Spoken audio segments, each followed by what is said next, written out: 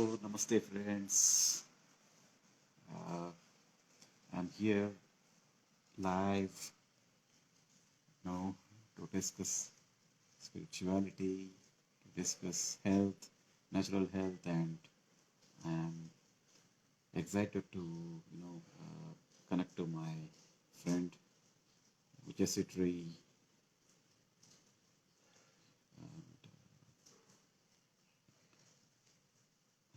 No, we are here scheduled to talk natural health. Jesse Boudreau has been phenomenal in my life.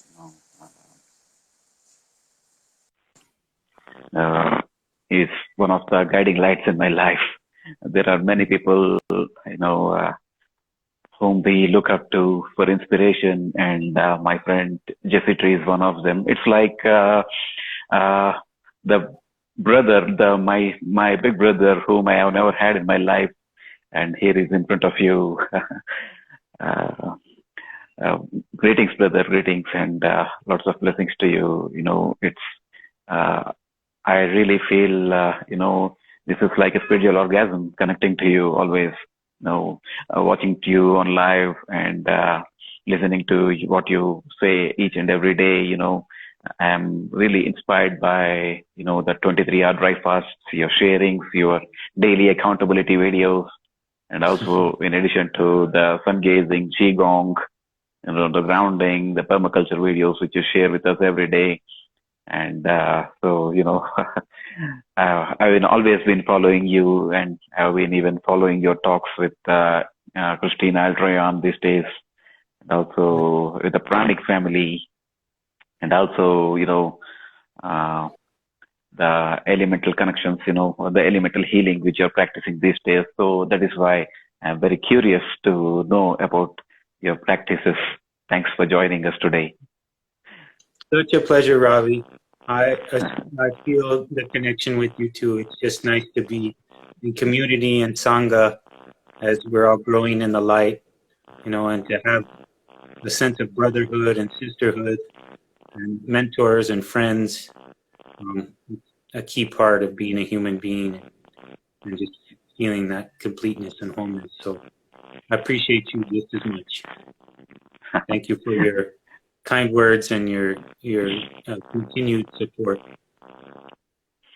So yes, brother. So I've always been, since living the spiritual life, I always feel that the true energy is within. The prana is everywhere. So the true energy, of course, we are spiritual beings, the infinite beings. So the energy is always within. So it's about connecting to us, connecting to the core of our energy, and the power is always the one which we are seeking is within us. So 100%.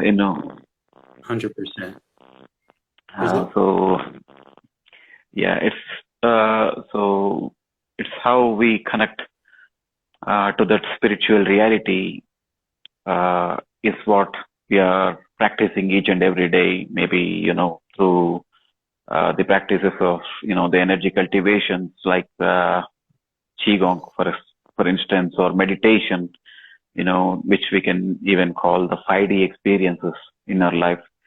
So, but the irony is that we have been blocked, by certain powers in the society. The way we experience life is through the pineal gland, and again, unfortunately, there are various things going on outside, which is blocking our pineal gland, which is shrinking our pineal gland, which is toxifying our pineal gland, which is toxifying our divine temple. So, there is still a way, but I really feel, but still there's a way to, expand our pineal gland. That is why we have been into this sun gazing. I've been a practitioner, of course, this is monsoon, but I do this sun gazing for about 45 minutes. I have started with this HRM protocol, but due to the water which we drink and due to the lifestyle, I do really feel that there is way more to do to expand our consciousness and to open this pineal gland. So, what do you think? Are the ways to expand it and to detoxify it, to decalcify it? Well, you're absolutely right in that there has been, sort of a intentional ploy to dumb us down, to calcify our pineal gland and our connection and understanding that we are this source, as you mentioned, we are this divine source, and that, our strength actually comes from within, and in our mind and our body is connected to that. There's a little bit of a weird sound. I don't know if you can clean that up on your end, but um, at any rate, there's, as you had mentioned, many things like the fluoridated, chlorinated water, the toxic diets, uh, dirty EMF, um, probably the most insidious and one that's least thought about is just essentially a bad program or consciousness, that feels like a blockage. There's actually never any blockage between you and source, ever, but it definitely dims down, the signal, if you will, that you're getting. So I feel this goes into partly what we are. We're essentially quantum vibration held together by a thought.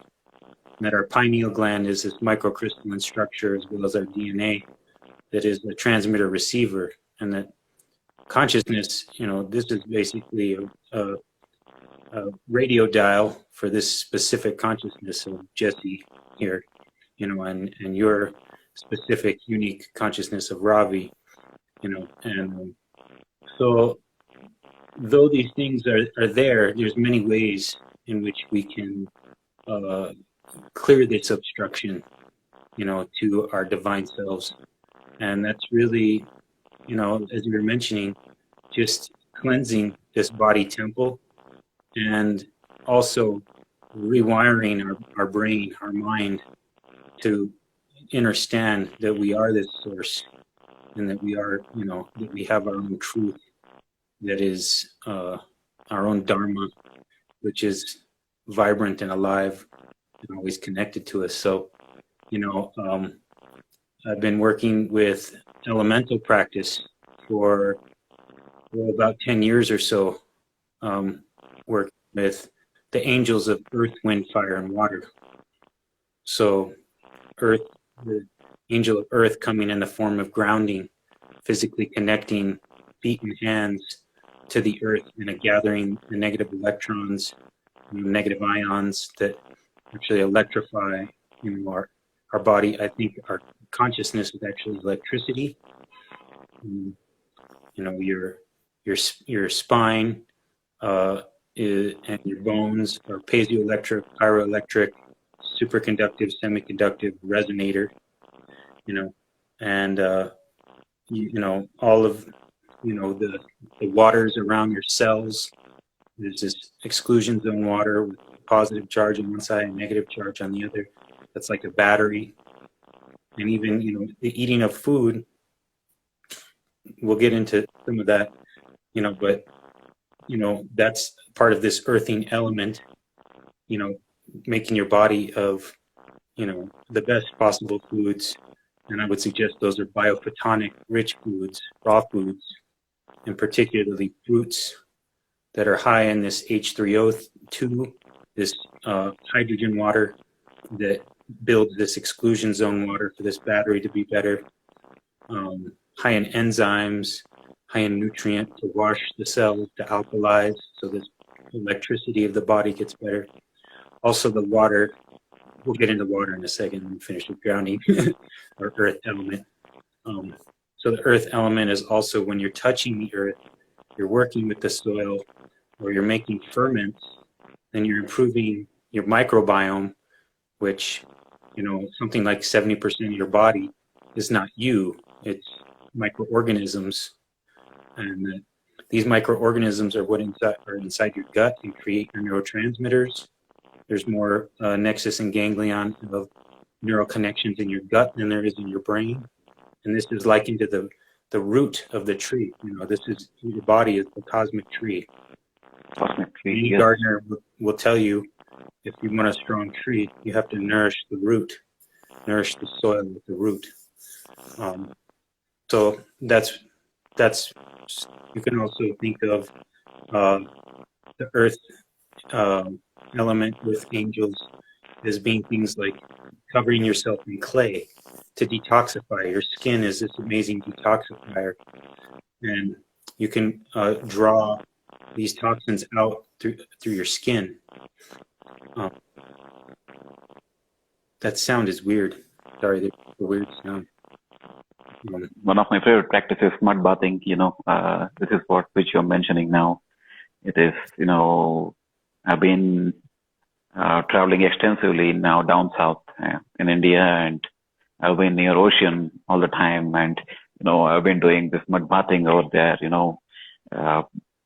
Just digging out a big pit and then going inside it, and then my friends, my pals, covering me till my neck with. I think this is one of the things which I feel, is healing.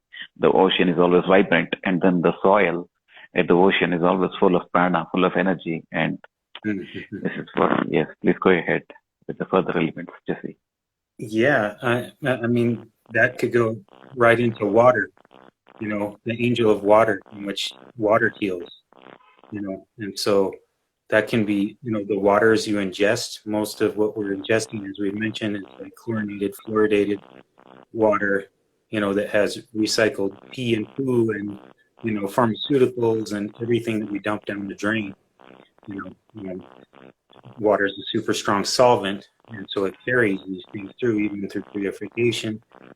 And as Dr. Masaru Emoto showed, water is the hyperdense crystalline structure for information.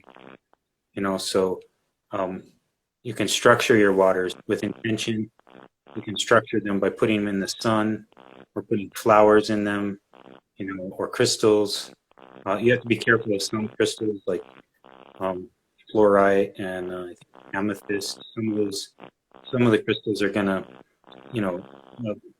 put some sort of toxins in the water. So that's the whole thing with gemology. You study and work with, but things like quartz crystal is very safe. Various kinds of crystals to increase the informational density of these waters.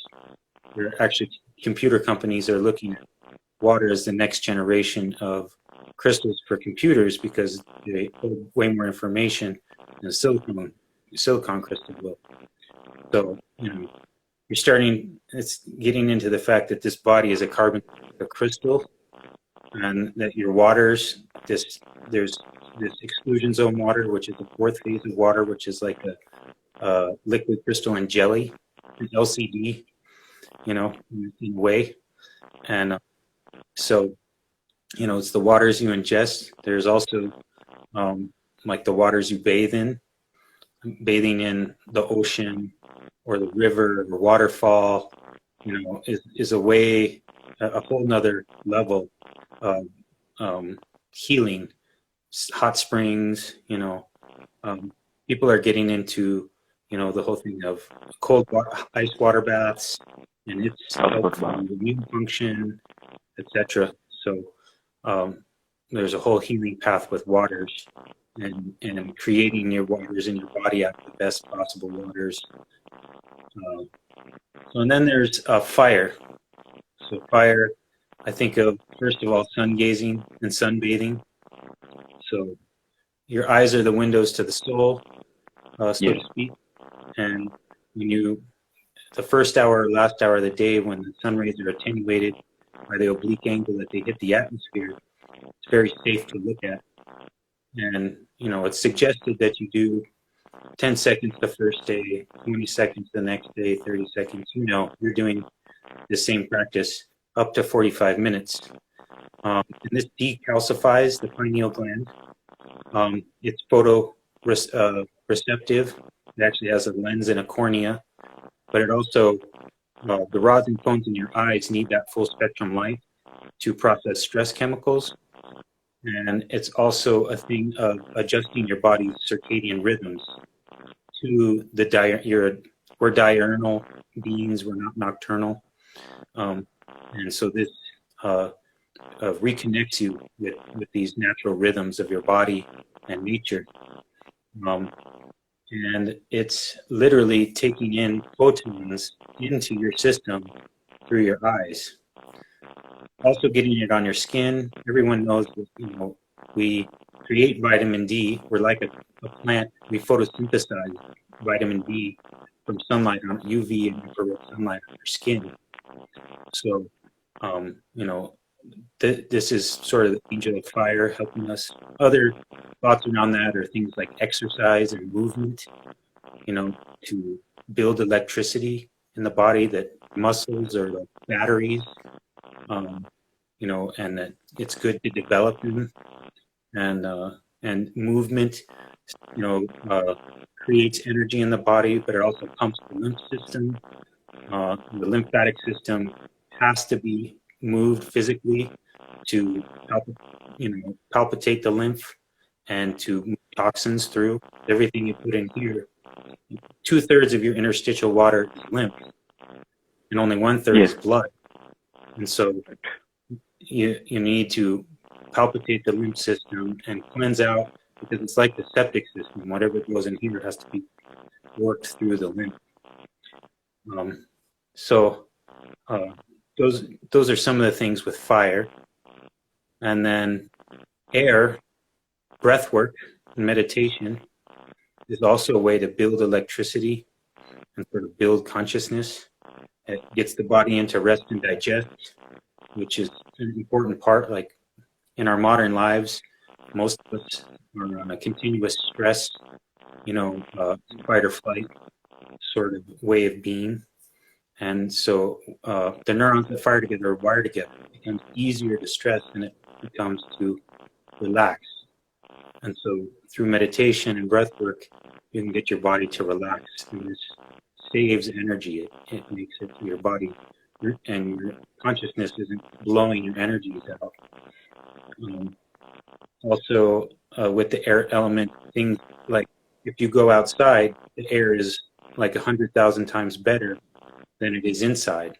And then there's certain places that have negative ions in the air that knocks the dust out of the air and also creates more electricity. And that's next to any river, the ocean, the mountains.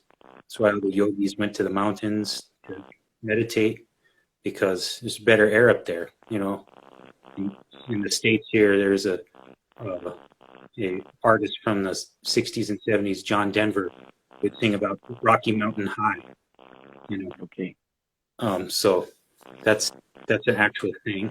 You know, so in all ways, you're just seeking to improve these elements that are inside of you by connecting with the elements outside of you. Let's see. So we did earth, fire, wind, and water. And that's all those, and they build the fifth element, which is ether or prana in the body. And the cosmic energy is also raining down on you, like cosmic chi that comes into your fontanelle, your crown, and also up from the earth through your feet and through your perineum into this toroidal field that meets in the center in your heart. So the meditation and all those things help to stabilize, to balance, you know, these earth and sky energies in our heart. And that the heart is the singularity. We were talking at the beginning, you were mentioning we're all like God energy or source. And I believe that origination point is the singularity in our heart, and at the heart of every cell, and at the heart of the solar system, in the form of the sun. And so in Chinese traditional medicine, they say the heart is the emperor, and the word for mind is heart mind.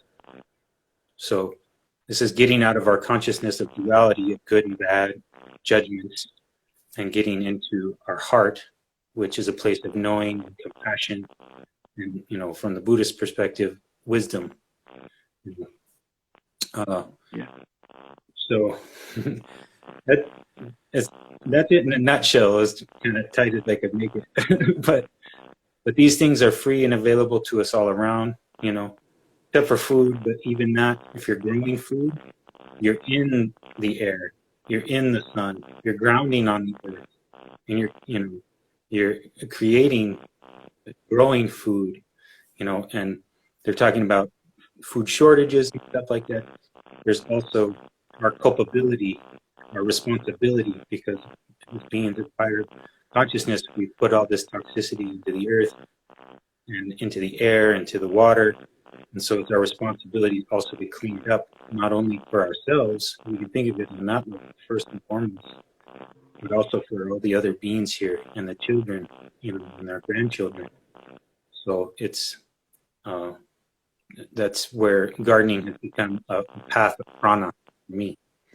So, yeah, kind of went off. Wonderful, wonderful, brother, wonderful. Yeah, connecting to the elements. This is the core of this pranic practices. But I'm happy that you have brought this practice of sun gazing here. HRM, the father of sun gazing, has recommended growing your practice by 10 seconds a day, and you'll just reach 45 minutes. And now the question is, after 45 minutes of practice, have you reached 45 minutes of practice, Jesse? Oh yes. Yeah. So how long are you now gazing at the sun these days? After now that it is like indefinite time till you feel like, okay, I'm done for the day, or you got the specific protocol designed for this? Yeah, no. So I want to share first at the top of that 45 minutes, because you were asking about DMT and the pineal gland. When I first did this, it took me about a year to get to that point. And when I did, I had one of the most connective experiences of my entire life. I've worked with vision medicine, worked with meditation. I liken it to when my sons were born, some of my early plant vision experiences where I just felt total connection with the whole cosmos, with my heart, with my mind, with the universe. And it was quasi psychedelic, it felt psychedelic in nature, and it was just incredible. And I could feel my continent pulsating. This is like a pranic channel where energy comes in. And it was just really amazing.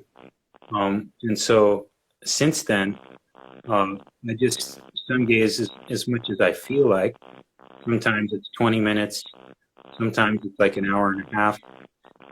Sometimes I'll do it with eyes open. Oftentimes I'll do it open for a while and then kind of close my eyes and meditate and just, feel the sun on me.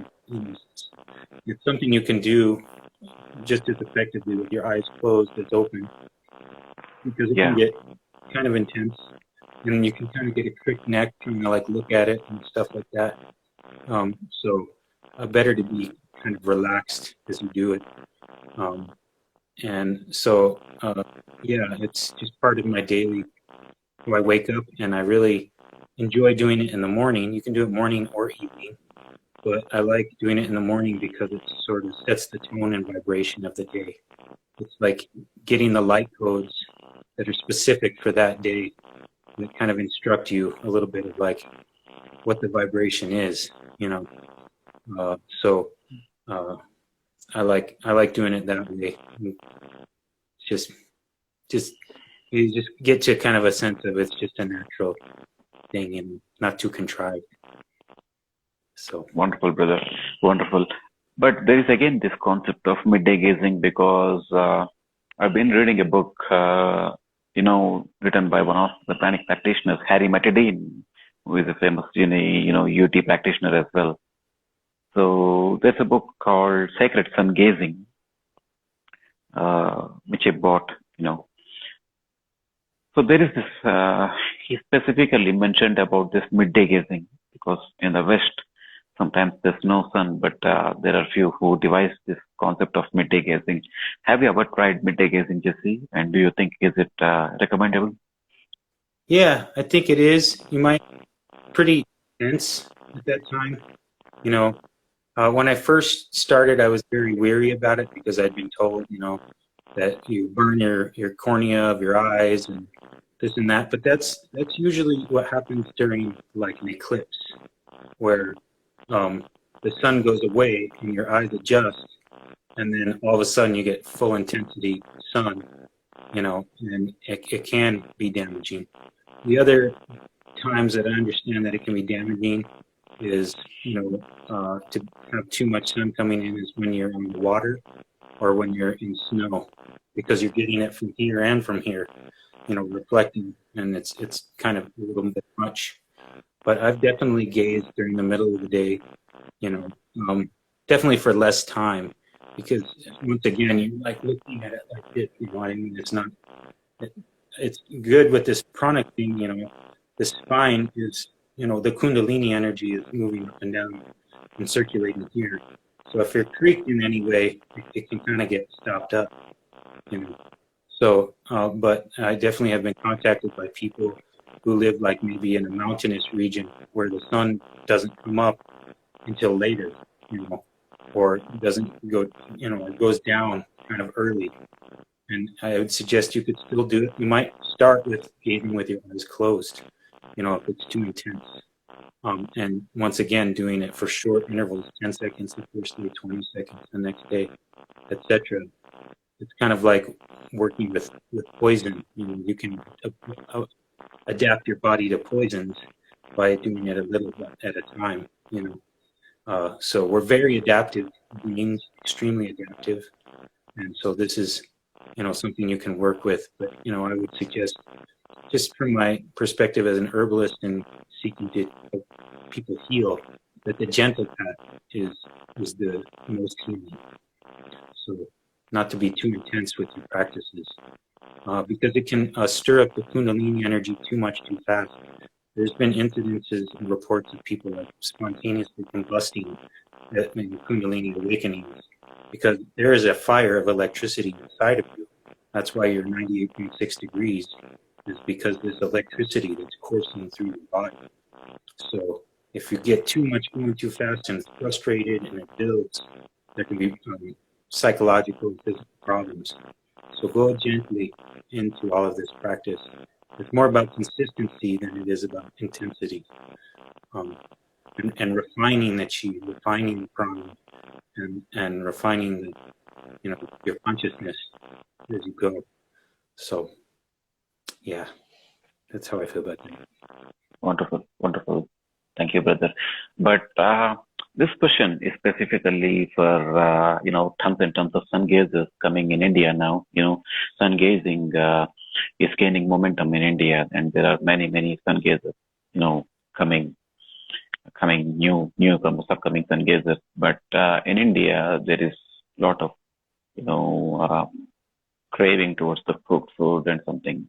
So the involved question for them is, how important is raw diet for sun gazers? And do you think, the people who are, just having some small amounts of cooked food, can sun gazing, be less useful to them, or do they have less benefits because of sun, cooked food or something? Have you experienced this? Yes and no, both. Like a lot of questions, it's either, neither, and both, right? Look at people in India, and in Tibet, some of the, my heroes in consciousness, and people like, for instance, one of my main heroes is Jetsun Milarepa from Tibet.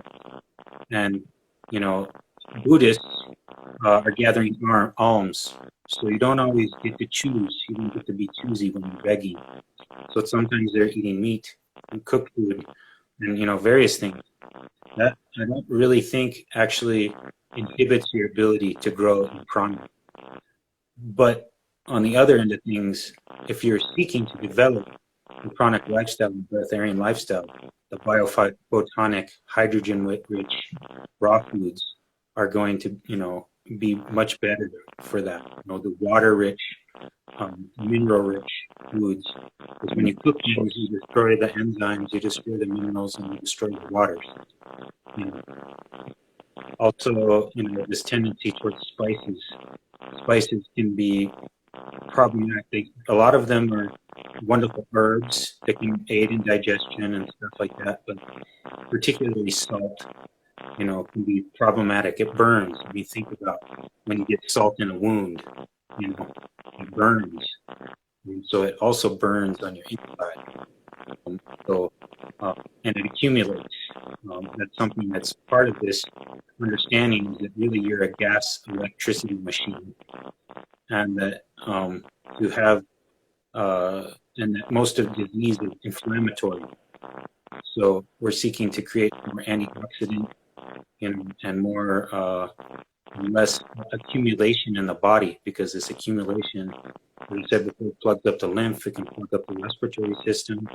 The overaccumulation of minerals can crystallize your kidneys, etc. So it's about washing the excess out, and improving the electricity of the body. So it depends on your goal and your aim. But we're all breatharians. They say, I've been working with a clinician, and she's been sharing information with me from research. And they say 1 to 2/3 at best of your energy, everyone, is from ATP, from food. Most of your energy, 1 to 2/3 of your energy, actually comes from this exclusion zone water, from the sun, from your breath, and other things. So it's a new understanding. People are starting to learn this through clinics where qigong is used to heal, or Reiki. We're starting to find, there's well-developed research and people using this in hospitals across the world because it is effective. It's not voodoo. It's not spooky. It's the science. I wish we could clean up that sound. It's kind of bothersome to maybe some of the viewers. Oh well. But here comes the question again, because coming from the HRM school of sun gazing, if you have heard about his techniques of grounding, HRM, of course, he recommends at least 45 minutes of grounding every day. And, it's important for the electronic discharge as well. Yes. Ionization. But one question here, which interests me, and also all the sun gazers, is HRM specifically tells that the sun gazers shouldn't walk on wetlands or wet soils, because he insists that the positive prana, or the energy which you have gathered from the sun, as we are solarians, it tends to earth, it tends to transfer when you walk on the wet surface, because water is good source of electricity. But again, I sometimes it's a bit confusing, because you again are into gardening, you're a permaculturist, you walk on the wet soil. So did you experience anything like this, like energy getting discharged or anything, because monsoons, there's always wet soil here. Yeah, I live in the arid Southwest, of the United States, and a lot of the soil, a lot of the ground I walk on is, bare, dry soil most of the time. I think there is that thing of, like, particularly like grasses and stuff. It's like an insulative barrier, but you'll see if you start practicing with grounding, you'll feel this connection with the earth. You start to feel when, it's hard to describe, but it's, a sense that there's this electrical exchange. It feels more than that. It feels like an emotional, spiritual exchange with like a communication with the earth itself. So, I trust the earth and the body's guidance over methodologies, but what you're actually feeling, And it is very key, I think, to ground as you're developing prana, if you're working with fasting, raw foods, sun gazing. The energy can get so high, people can get a little bit, out of their bodies, to be connected, to be rooted in the earth is just as important, if not more important, so that you don't kind of spin off, so that your consciousness is grounded in the real and in 3D. You're asking about 5D. I think the way to all these other dimensions is through this dimension. A lot of people want to escape and ascend the physical, third dimension. But if you want to go to those other dimensions, you have to go through the grounded, humble, centered, connection with the earth. You're a being of this earth. So, I feel like that's sort of a misnomer in like New Age consciousness, that we're just gonna like vibrate out of here, and I do believe, from like the Buddhist tradition and other traditions of rainbow light body transformation, that we really are right now. All of us are just energy. It's all atoms buzzing around. But there's a way to harmonize these four elements through the heart, through the wisdom of compassion, and growing in your centered in your heart space, to open up to other dimensions, to light body transformation, to various city powers. As an Indian of the city powers, being pranic and living without food is one of the lesser powers. There's supposedly psychic powers, power to fly, various things that was to say it's the ability. There's a book, I think it's called Chinese.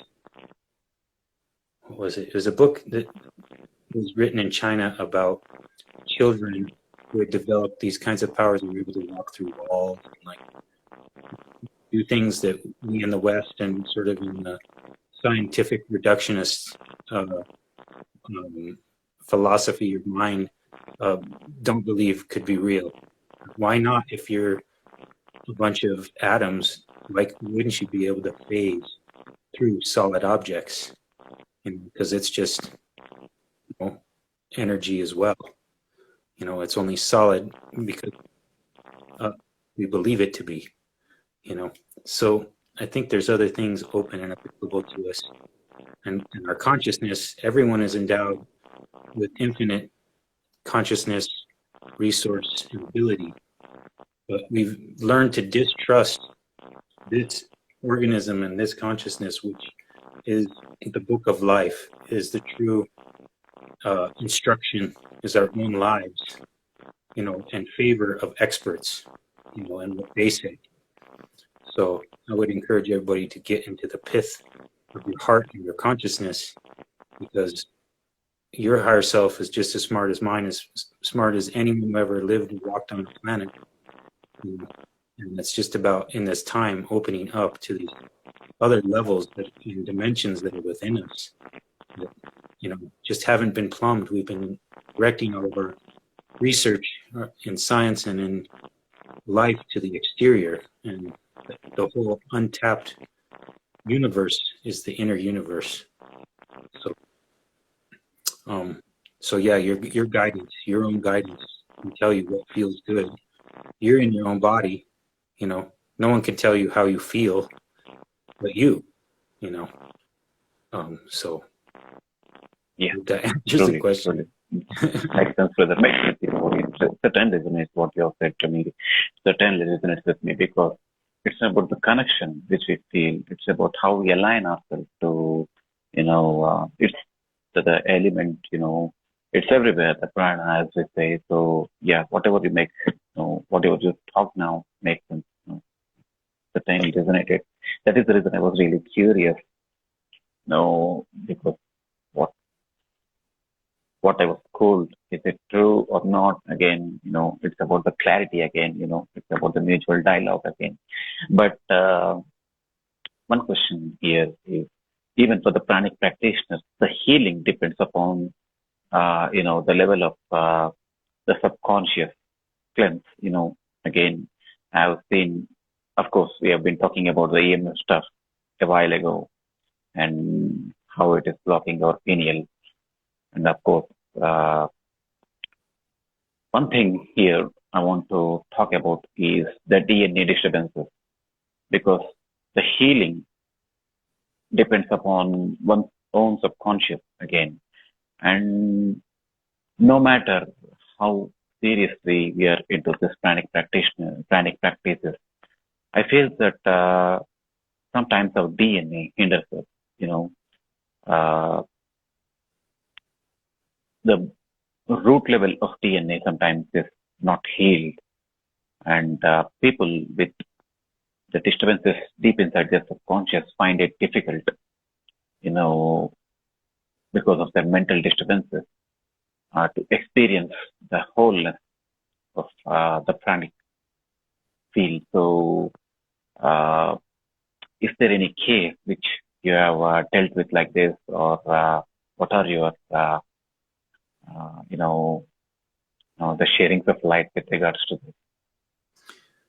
Well, it's going to come from both ends, your consciousness and your physical body, right? So your subconscious is everything below your neck. This is all nervous system, ganglion, it's nerves and neurons all through your gut and in your heart, all the way to the tips of your fingers, and your toes is your mind. Your mind isn't just what's in here. And, as you were explaining the DNA, is, I think one of the greatest things that affect the DNA is the consciousness, that we can actually heal our DNA with our consciousness by being in a more loving vibration and trust, and confidence. Uh, there's a lot of self-doubt in the world, a lot of people who don't believe in themselves, a lot of, self-directed anger and hate, and so that also expresses outwardly, and it's also expressed outwardly towards one another. That further disrupts the DNA, because if our bodies are made of this crystalline water, and it takes on this structure from our intention and the words we speak and the vibrations, the dirty EMF and all that stuff, then it can disrupt, the sort of amplitude and frequency, of our DNA.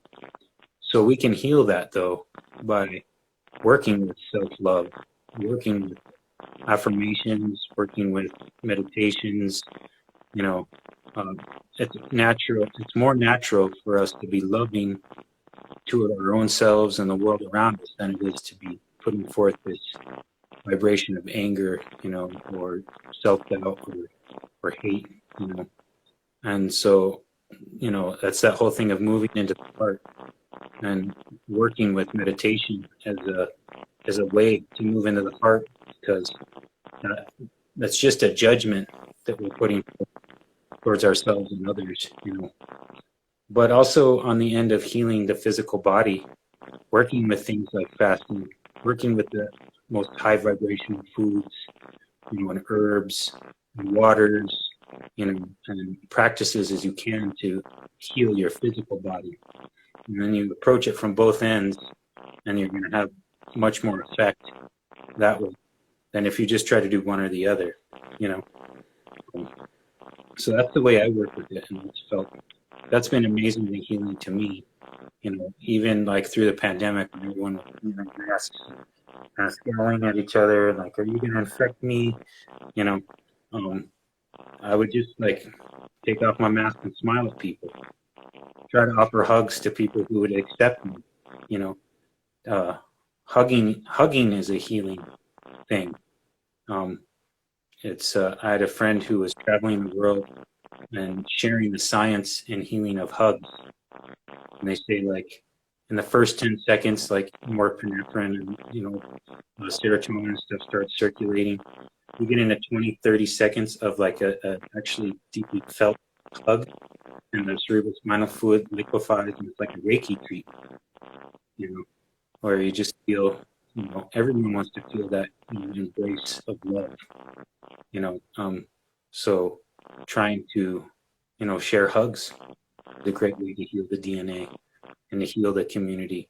But it has to come from that place of authenticity and not sort of, sexual weirdness, or things like that. It has to be, for it to be truly healing, it comes with an intention first, developing that intention is, to me, that's like what meditation is about. From the Buddhist, perspective, you meditate to awaken the bodhicitta, the Buddha mind of love and compassion, which is your heart. Yeah. So, yeah, that's. I think all of this stuff is stuff we can heal, and actually, also from the Buddhist perspective, they talk about, the seed of nirvana is in samsara. That's nirvana and samsara are the same thing. The suffering, the muck of the world is what the lotus blooms out of, and so to not push away all of this stuff going on, but to accept it as it is, and look for loving compassion and understanding the way to blossom into transformation. So like I said before, I think this is natural as can be, and this is what people want, especially with all the suffering that is in the world right now. There's no other way to alleviate it, but to develop in this way. Yeah. Looks like these are the extracts from Dhammapada. Yes, from Dhammapada and from, there's a lot. Taoism, but just, a lot from the sutras that speak to this same thing, so it's, and it's in all the wisdom traditions, like, Christianity, even with the focus on forgiveness, and, or, like, Rastafarianism, with this thing of like earth, wind, fire, water. That word Jehovah means it's Yod He Vad He, earth, wind, fire, water. Or very, the Ayurvedic tradition stems out of Hinduism, or maybe vice versa. Yes, that's always the thing to it all arises from, because it all arises from Sanskrit sometimes, because in India we call it dhyan, for example, and when it goes to West China it becomes shan. And Zen. So yeah, Buddhism, I'm always attracted to this, the Buddhism, because coming from India again, having been to some Buddha temples myself, I've been just coming from a Buddha temple, in my tour, the Golden Temple down south, and also in the Himalayas as well. I've been to this monasteries in Dharmashala in Himalayas. But yeah. Cool. So one question here, Jesse, from Hilton Hotema's Law of Vital Adjustment here. Yes. I've been reading this book, The Man's Higher Consciousness of Hilton Hotema, and in addition to that, there are many beautiful books which I've downloaded, and just going through those books. One thing, that's a great one. Yes, really, yeah. Hilton Hotema says that you can do whatever you want with your body, and after a span of 3 decades, it may catch up with you suddenly. Your body has such a high intelligence that it can deal with it maybe for more than 3 decades, but again, it may catch up with you. In the process, you may, have to deal with your vitality. Suddenly, your vital energies may diminish a bit because of whatever you do, but still your body can cope up with that. But here, can we again recover the vitality which is lost because of whatever we have been doing suddenly by this pranic practitioner becoming, a pranic practitioner? Can we recover those vitality again? Because in this 3D world, you know, 3D world, man craves for physical sex. But again, as we move into this spiritual dimension, we understand that we are the source. And then we understand that it's about connecting the divine feminine and divine masculine, you know, with the 5D reality when we connect to the 5D reality. But uh, in the process, again, this loss of this prana, this bodily fluid sometimes. So is there any way to replenish ourselves through this elemental connections or meditation, whatever? Well, this whole thing of vital adjustment is super key that Hilton Buchman talks about. If anyone working with pharmaceuticals or anyone who's worked like addiction to opiates, or toxic, drugs, if you take it away abruptly, that person can die. That person will die. Similarly with food,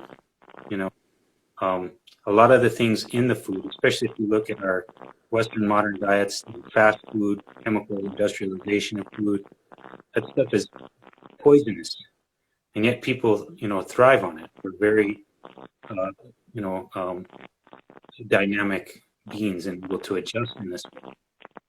So, to go back to prana, this is like, I think of it in terms of Taoism.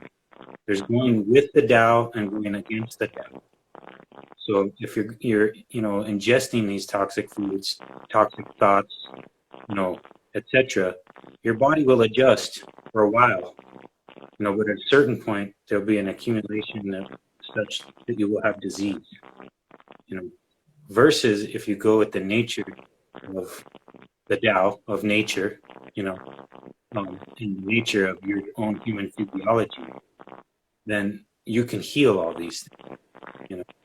So it's really all this stuff, it seems complex, but it's really simple.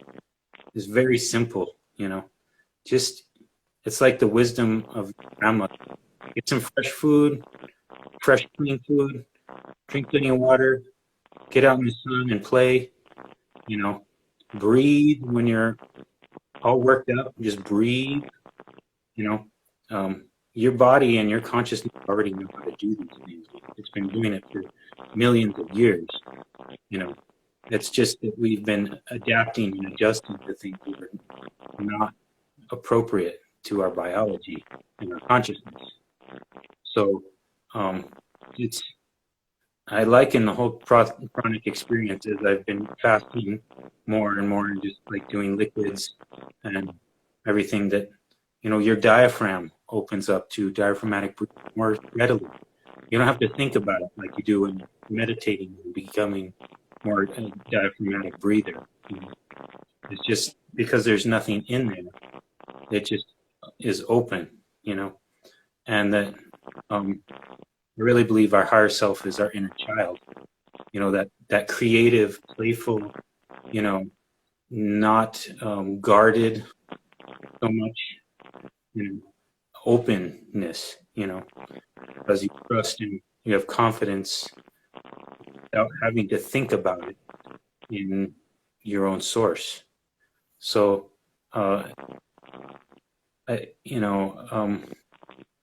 there's a whole thing of, rather than resisting, there's all these things to resist, your cell phone and the EMF and your cell phone and those foods you used to love from McDonald's or whatever growing up, and like, or your old patterns and stuff.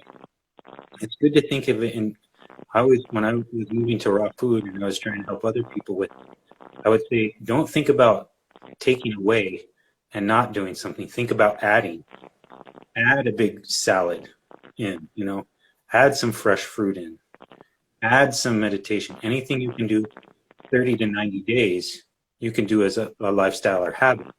And you'll see these things start to change you without you having to contrive it, without having to resist.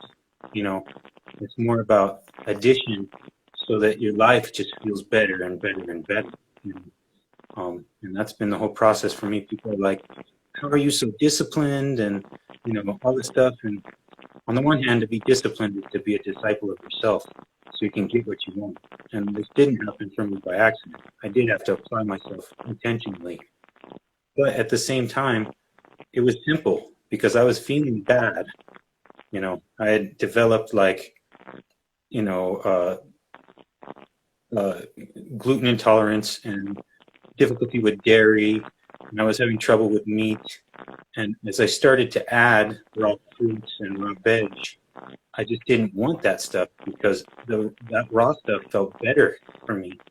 You know, as I started to add and practice sun gazing and meditation regularly, my consciousness felt better instead of all these places that were rough. You know, I started to feel more gentle and smooth with my consciousness.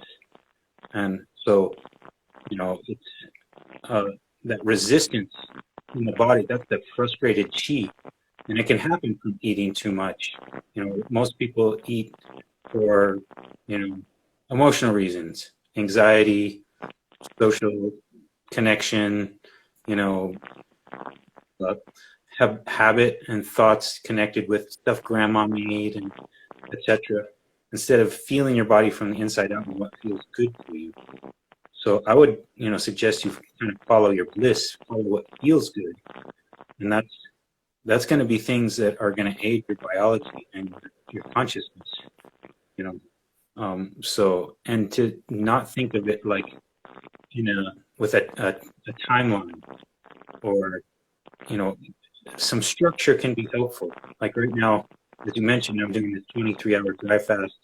I'm spending 1 hour a day consuming, and I make it the same time every day, you know, because the body likes a rhythm, the body likes a habit, and so does your consciousness. And so if you get into a rhythm, then it just starts to build of its own accord. You don't have to think about it too much, you know, and that's more natural than if you're trying to push it and here and there and you can't quite do it because this, you know, throws you off or that. Like you just go like, no, for me, 5:30 to 6:30, that's when I'm drinking my liquids, you know, and the rest of the time it's off, you know. When I get up in the morning, because now that I'm doing this practice more with dry fasting and liquids, like I don't need as much sleep. So I get up at 4:30 in the morning and I can meditate deeply for like 2 hours before the sun gets up, and then I sun gaze. And I'm doing this all before the rest of the family wakes up, before we're going to work, before I'm looking at my phone. And first is this connection with me. I won't let anything come in between me and myself first. And then I'm rooted in myself, and I can get into the works that I'm putting out into the world from that place of authenticity and from my true nature, instead of, you know, trying to contrive and bend to what someone want of me or perceive of me, or I may want artificially. You know, I've already dialed in and checked in with myself to see what that is, instead of trying to get it from outside. So that's what I, you know, the big message I like to, you know, try to drive home is that you've got it all inside of you. We're all infinite beings of infinite consciousness, resource, ability, and it's a matter of how much are you willing to develop it. How excited are you to develop that? To me, that's like the most exciting thing that we could be doing here, you know. Much more important than business, you know, even more important than family. You know, family is an amazing thing. You know, you want to invest your energy in the things, the true gold of this world is in human beings, in biology, in plants and animals. You know, it's the consciousness, the gold inside of us, you know. And so that's where I'm going to put on my stock. And, but Now that you have talked about this healing from within, uh, specific question here is, please share us about the divine masculinity from within, elaborations on divine masculinity and divine femininity, and how can we express that through Kundalini rising, from within the 5D thing. Well, I would say from the Taoist perspective, and from what I understand about biology, you think about it, we all came from women. Woman is Yes. the divine creator, right? And so, and if you look at biology and things like plants and stuff, plants will revert and become hermaphroditic. They'll become, people have been known to be hermaphrodites, to have, the capacities of man and woman, and the sexual organs of man and woman. But woman comes first, right? So the Taoist perspective says stay to the yin, stay to the allowing, nurturing a vibration of femininity. And the rest will fall out as it will.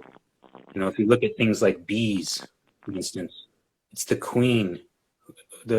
A hive of bees, like a nervous system, like one being, where the queen drives the nervous system like the brain, the pineal gland, the organizing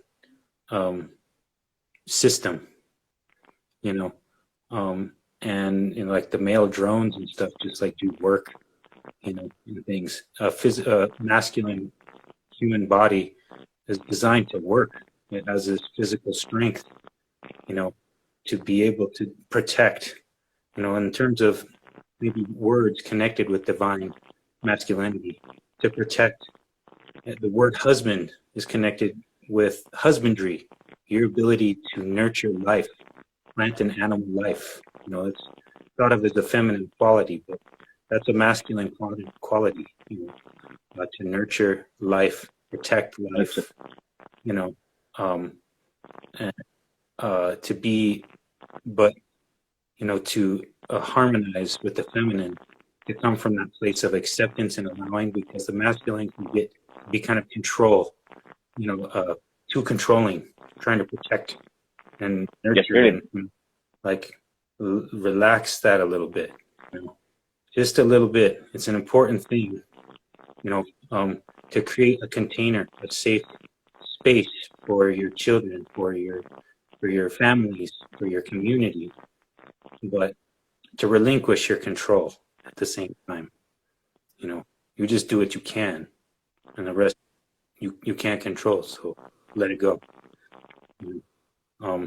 So that's the way I approach it. It's something that's happening in the body anyways, between the Ida and Pingala channels of the Kundalini energy. They're circulating sun and moon channels all the time, and it's natural in men and women.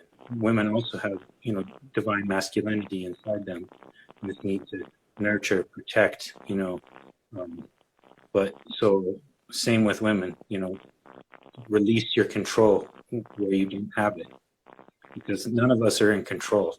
Your greatest control is through your relinquishment of control. So, hope that's helpful. Incredible.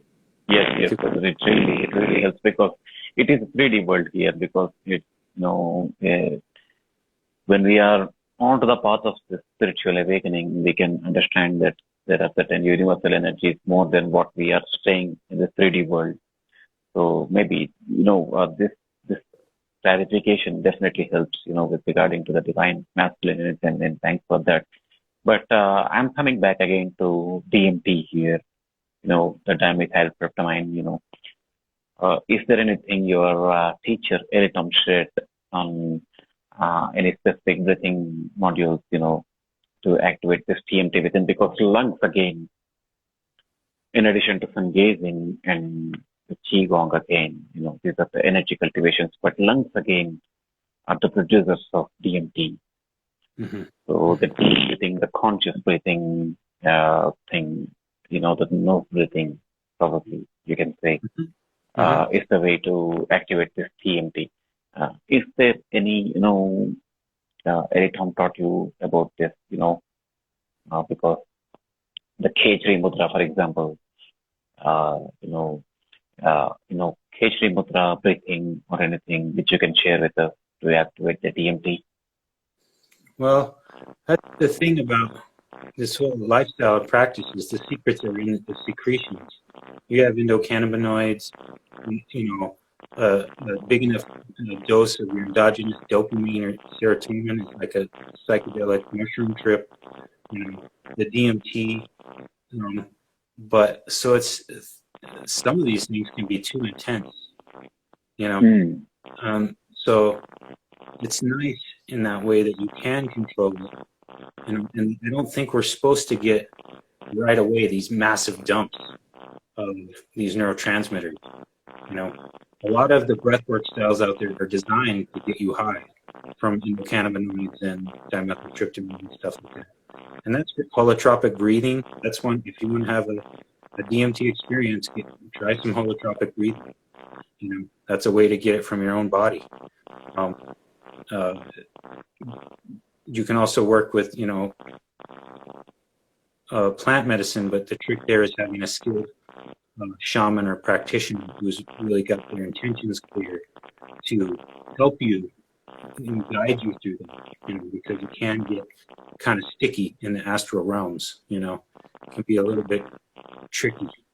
And to not confuse that samsara of that experience with the authentic experience that comes from within, So I can tell you that I've worked with cannabis for about 2 decades or so. That's been a master plant teacher for me, as well as psilocybin.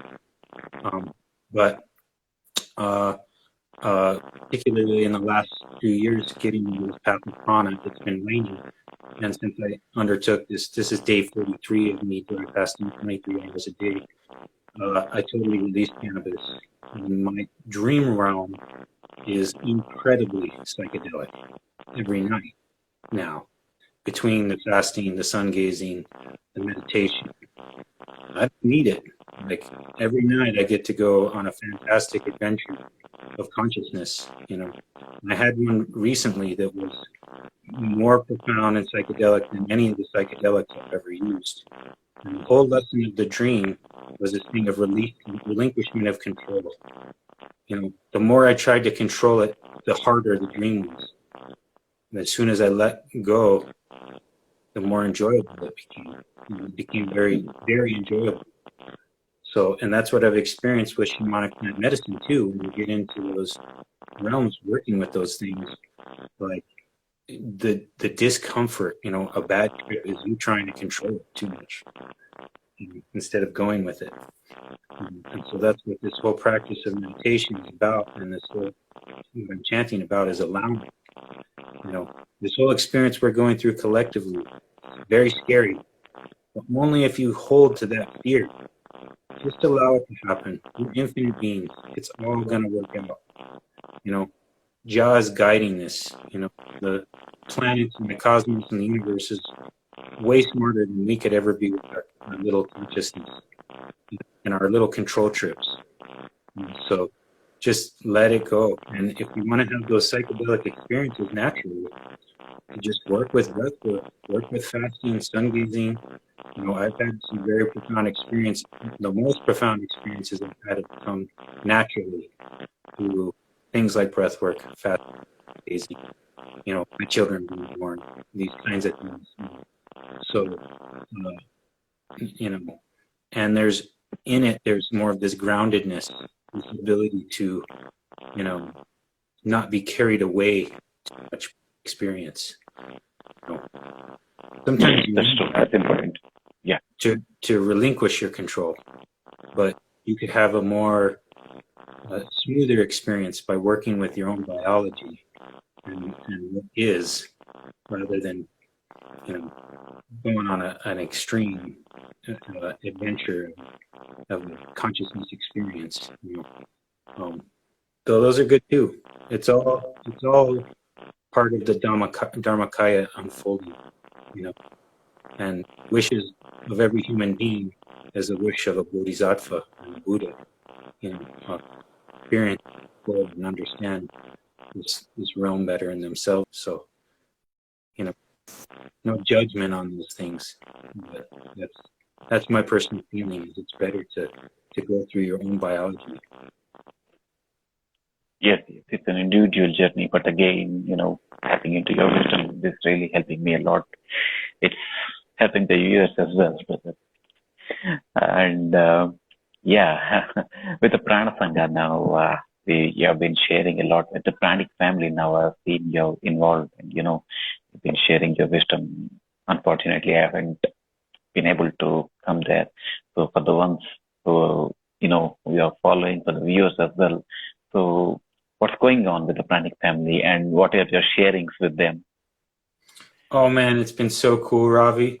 It's like this whole nother level for me because I've been out here in the desert exploring this somewhat on my own. I've had teaching from Ellie Tom. He's been my greatest kind of brother and guide, through all of this. But being able to connect in with Christiana, being able to connect in with like my friend Perry and Jerome, some more like Ellie Tom students are also involved there. Bobby, and there's just a great community of this thing is growing. People are, and it's going to get big. It's going to become the biggest thing out there because this is empowerment on every level. It's healing on every level, and it's a whole new understanding of what we are and what we can become that has been suppressed. And so to be in community and in Sangha, where I don't feel alone, I feel supported. That has been amazing to get the different wisdom perspectives of different practitioners, not just my own mind and the way I work with things, but also being humbled, by seeing that it's not just me, that there's many others, and that's some of the wisdom of my heart hero, Milarepa. He says, "It's good to be earnest and steadfast, but it's better to be humble and kind." And so I feel that kind of coming in, where I don't feel so much of a burden of holding it.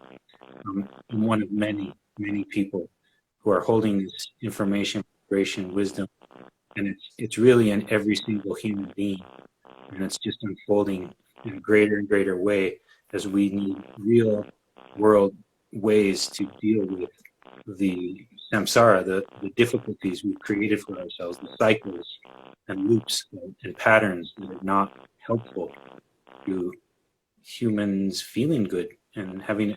I think this is the heaven realm, and you're all heaven beings, and we're all. There's only one consciousness here. It's our collective consciousness, and our consciousness with the Guardian Mother, the earth, and the plants and the animals. And we've been in this sense of separation from that and lonely, and that's all going away. There's no more room for that. So it's a golden age. It's the dawning time. Yeah. Yes, that is the same thing I feel, brother. This Kali Yuga, you can see the clear change in the dimensional shift, clearly. And I can tell you certainly that everyone is feeling that. It's clearly everyone can see the change coming, and the Kali Yuga just nearing its fag end, and then people just leaning towards the light, people really feeling them as they are beings of light, and then going into the place where they're only feeding on light and with the DMT and nothing 3D. Well, as that Kali Yuga is ending, it's basically our elliptical orbit away from the galactic sun. It was when we were out in darkness. 2012 was coming back around. Now we're being washed in waves of light that are actually, there's been tons of solar activities, CMEs, mass ejections. The Schumann resonance of the Earth has gone from, for years and years, it was 7.8 hertz. The base frequency. It jumps up every week, 80 hertz, more. This is like physically the planet getting more light. We're connected with it. Our pineal gland and our DNA is getting this light, and people are experiencing symptoms of fatigue and sort of emotional purgation. People working with shadow work. Like there's so much. When I look back to the 90s, I knew like one or two people who meditated. You know, I didn't know anybody who was vegan, got into raw food, never heard of sun gazing. You know, now these things are hip. These are like mass culture things that millions and millions of people are doing. And so even that sense of the noosphere and our connection to each other, random number generators and 100-unity theory, like some of us are waking up, and that's going to cause a mass awakening. You know, it's inevitable. Yes, that's wonderful, wonderful, brother. You know, we have really benefited from this. You know, from your wisdom, brother. You know, it's really incredible feeling. You know, to talk to you always and to connect to you. To, you know, I'm humbled pity and yourself. honored. Every day I wake up and after I finish my practices and open the social media, just check on to you what you shared. And I've seen you You're sweet, clearly Ravi. transfer.